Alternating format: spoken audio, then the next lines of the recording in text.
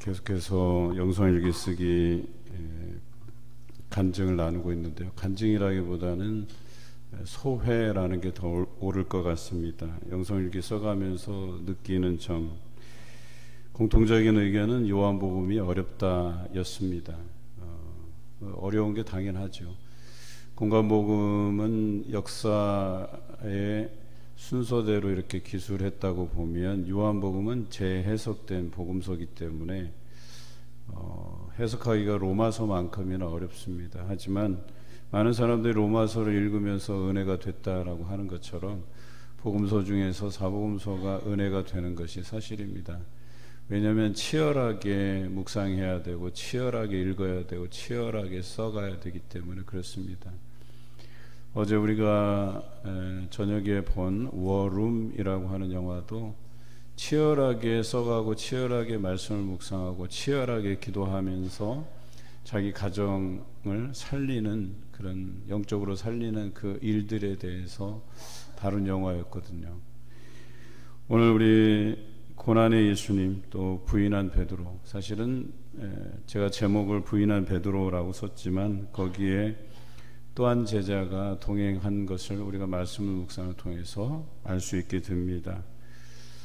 오늘 이 글을 쓴 사람이 사도 요한인데 이 사도 요한이 이 글을 쓰면서 대단히 참 고민을 많이 했던 것 같아요. 자신의 고민뿐만 아니라 제3자의 입장에서 이 사건을 바라보는, 즉 오늘 우리와 같은 심정으로 이 글을 썼고 편집을 했습니다.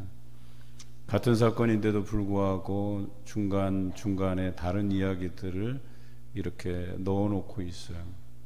그래서 이 베드로의 이야기를 하려면 베드로의 이야기를 하고 끝내야 되는데 이 대제사장 가야바의 장인의 이야기, 그의 신문의 내용을 이렇게 띄엄띄엄 배치를 해놨어요.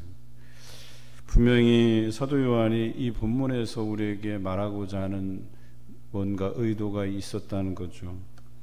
특별히 오늘 18장 1절의 말씀에 보면 예수님께서 이 말씀을 하시고 제자들과 함께 기드론 시내 건너편으로 가셨다 그랬어요.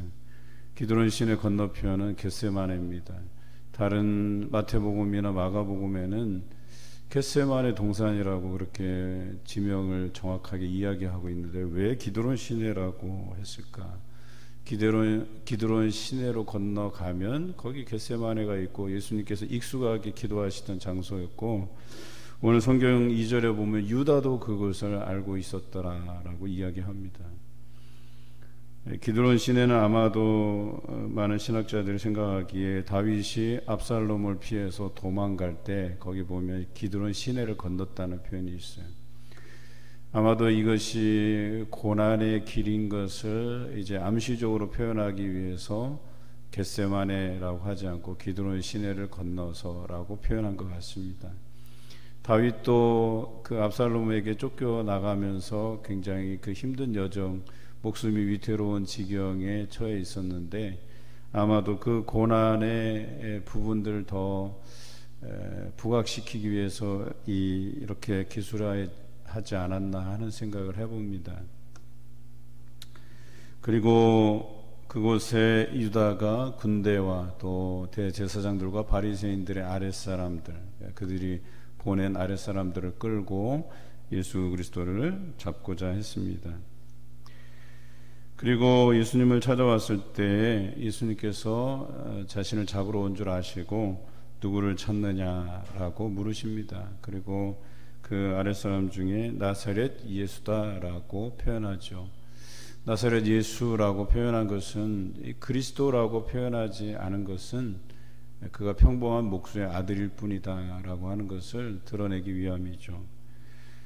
그런데 놀라운 것은 예수님께서 내가 그다 라고 답변하시는 그 순간 그들이 물러가서 땅에 엎드러졌다 이렇게 표현하고 있어요.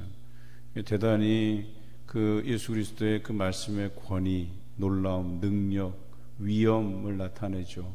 사람들이 두려워 떨었거나 아니면 자신도 주체할 수 없는 어떤 그 영광스러움에 그들이 엎드러졌다 이렇게 표현하고 있어요.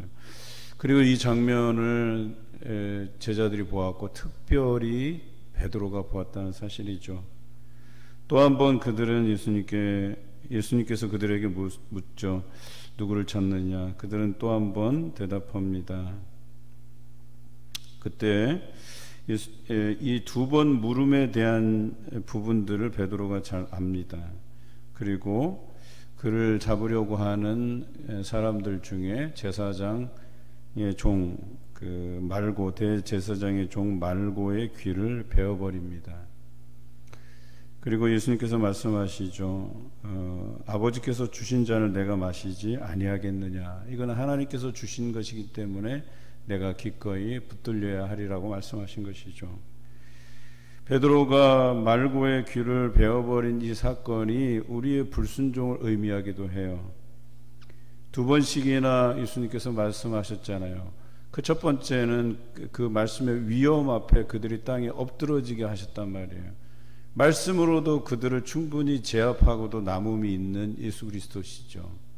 그럼에도 불구하고 이것을 두 번 그렇게 묻고 대답하게 하신 이유는 베드로에게 들려주기 위함이에요. 이것은 네가 나설 문제가 아니라는 거예요.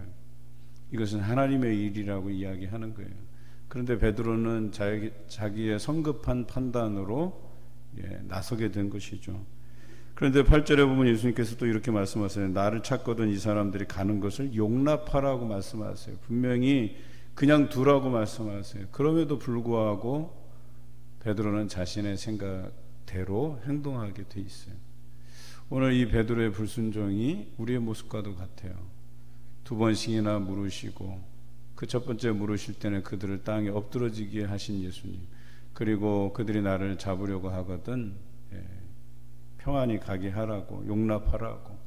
그럼에도 불구하고 베드로는 용납하지 않고 대제사장의 종 말고의 귀를 베어버리죠. 이것이 우리의 불순종의 모습이 아닐까 하는 생각을 해봅니다.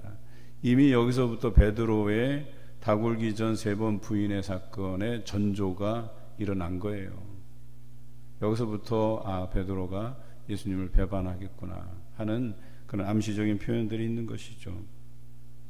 그리고 예수님께서 그 칼을 칼집에 꽂으라. 이는 아버지께서 주신 잔이니 내가 마시지 아니하겠느냐라고 하시면서 순순히 따라가시게 되죠. 그리고 그들이 끌고 간 곳은 가야바의 장인 안나스의 집이었습니다. 안나스도 아마 대제사장을 몇 해 전인지 했을 겁니다. 지금 현재 대제사장은 그의 사위인 가야바죠. 가야바가 절대 권력이죠. 그런데 안나스의 집에 데려간 이유는 뭘까? 그를 욕보이기 위함이죠, 한마디로. 뿐만 아니라 이 안나스가 대제사장 계열 중에서는 그래도 고문이죠. 원로급이에요.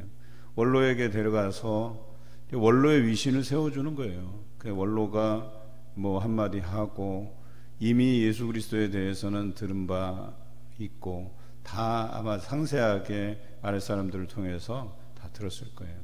그럼에도 불구하고 이 예수 그리스도를 신문함으로 인해서 예수 그리스도는 별 볼 일 없는 사람이고 그의 가르침 역시도 별 볼 일 없는 것이고, 우리가 그동안 대제사장 또 여러 제사장들을 통해서 얻은 그 가르침이 하나님께서 주시는 위대한 가르침인 것을 드러내 보여주고 싶은 거죠. 그 원로에게 데려가서 신문을 받게 합니다. 물론 그 신문을 받는 내용도 굉장히 형식적이에요. 그래서 대제사장 안나스, 그러니까 대제사장을 지낸 안나스란 뜻이죠. 그래서 안나스는 그럽니다. 네가 이야기한 것들을 한번 읊어보라고 얘기해요. 그랬더니 예수님께서 나에게 들은 자에게 물어보라는 거예요. 그 이야기는 뭐예요? 네가 이미 알고 있다는 거예요. 다 듣고 있고 이미 들은 바 되었고, 그럼에도 왜 나한테 묻느냐는 거죠. 그의 태도를 문제 삼고 대제사장의 종이 예수님을 손으로 때립니다.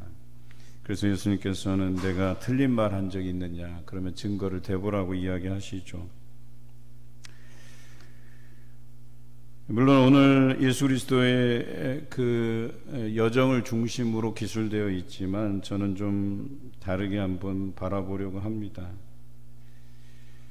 여기서 안나스라는 사람, 이 사람은 자기를 높이려고 하는데 그 욕심이 있어요. 사실 원로로 이렇게 되셨으면 원로의 위치라는 게 있잖아요. 그래서 현역들이 잘 할 수 있도록 옆에서 기도해주고 후원해주고 응원해주고 지지해주는 게 원로의 일인데, 이 원로는 자신의 이름을 내려고 하는 욕망이 강해요.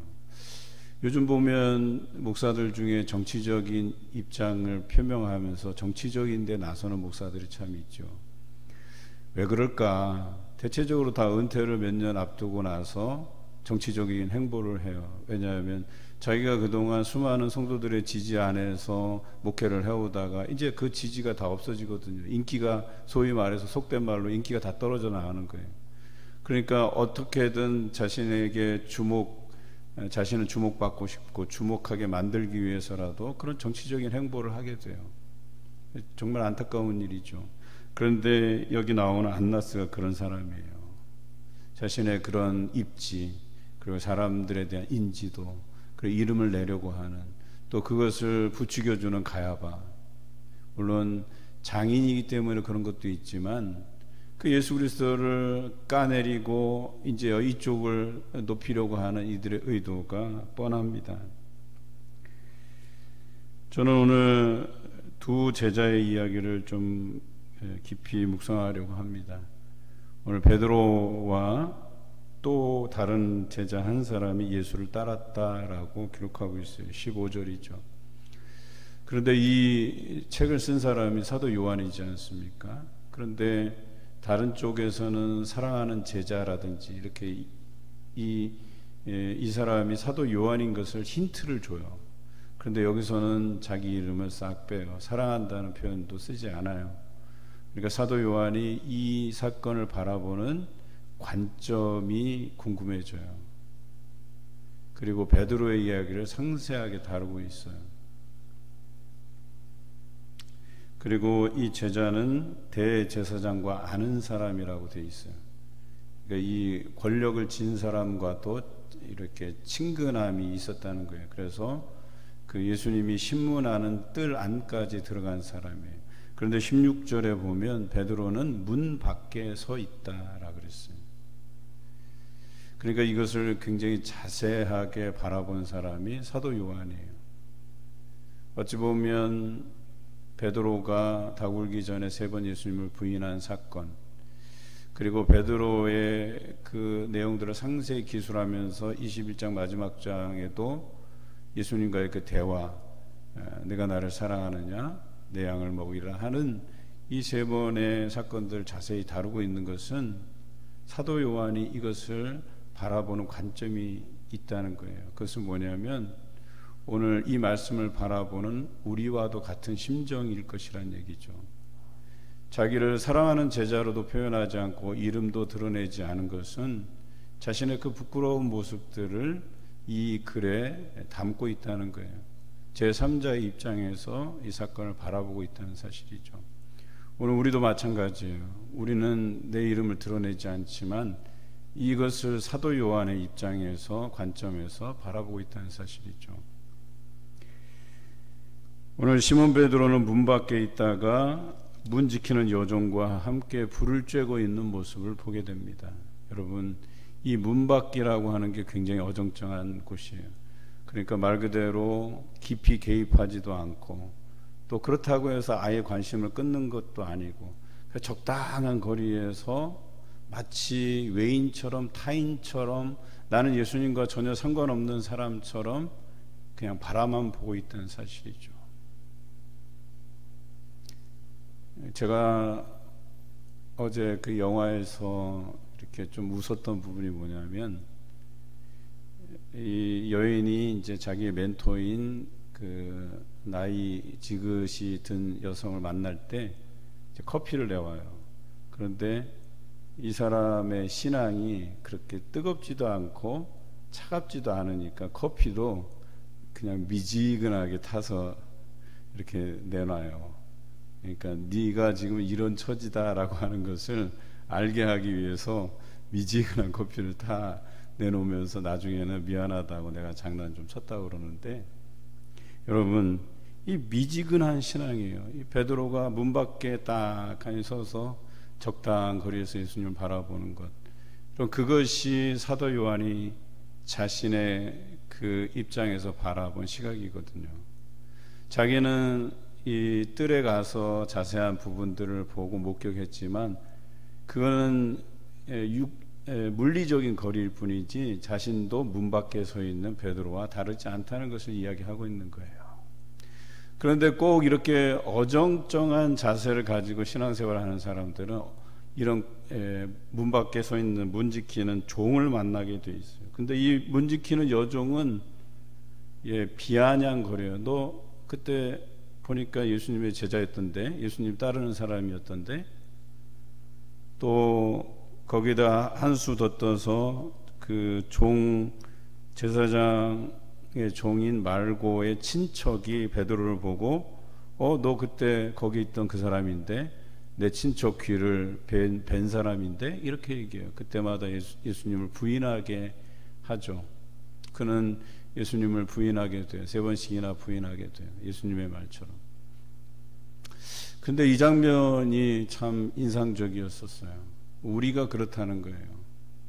우리가 적당한 거리에서 마치 내가 봉산교회 교인이 아닌 양, 그래서 뭔가 잘 되고 분위기 좋으면 한 발자국 더 가고, 분위기가 안 좋고 뭔가 비판적인 이야기들이 나오면 한 발 빼고, 그래서 누군가가 비판적인 이야기를 하면 동조하고, 그래 그렇더라, 나는 뭐 교회도 열심히 다니지 않고, 내가 교회 다니지 않는 이유가 바로 그런 이유 때문이야.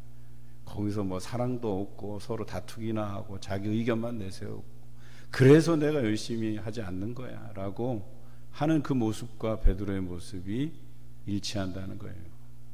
그런데 꼭 그렇게 어정쩡한 스탠스를 취하는 사람들이 이런 그 문을 지키는 여종을 만나게 되는 거예요. 이 비아냥거리는 사람을 만나게 되고, 비판적인 사람을 만나게 되고, 서로 비판하고 서로 욕하고 흉보고, 결국에는 이런 사람들이 예수 그리스도를 부인하는 자고, 그래서 자기는 이 어정쩡한 거리에서, 사실 이건 신앙생활이라고 보기도 어렵죠. 사도 요한은 그런 베드로를 바라보면서 자신의 모습을 거기다가 투사하고 있는 거죠. 저 모습이 내 모습인데,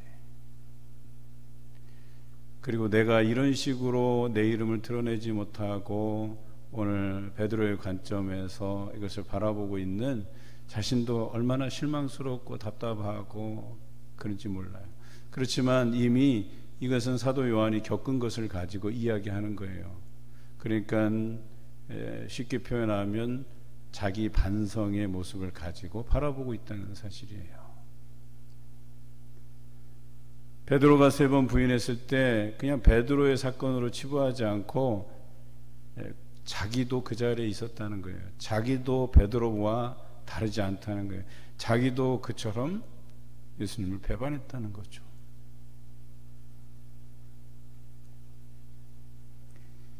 그래서 오늘 이 말씀을 통해서 우리의 모습들을 바라볼 필요가 있다라고 하는 거예요. 우리도 이 제자들과 다르지 않다는 거죠. 적당한 거리에서. 그래서 우리의 신앙이 더웁지도 않고, 그러니까 뜨겁지도 않고 시원하지도 않고 차갑지도 않은 이런 신앙 안에서 미적지근하게 헌신할 거면 확실하게 헌신하든지, 아니면 돌아설 거면 확실하게 마음을 정리하든지 이래야 되는데 간만 보고 있다는 얘기죠. 오늘 고난의 예수 그리스도께서는 자기 가실 길을 가시지만 그것과 달리 제자들은 미온적인 태도를 보이고 있어요. 이 고난의 주간에 자기 길을 묵묵히 걸어가신 그 예수님을 묵상해 가면서 내 자신들을 들여다보는 귀한 시간 되시길 주님의 이름으로 기원합니다.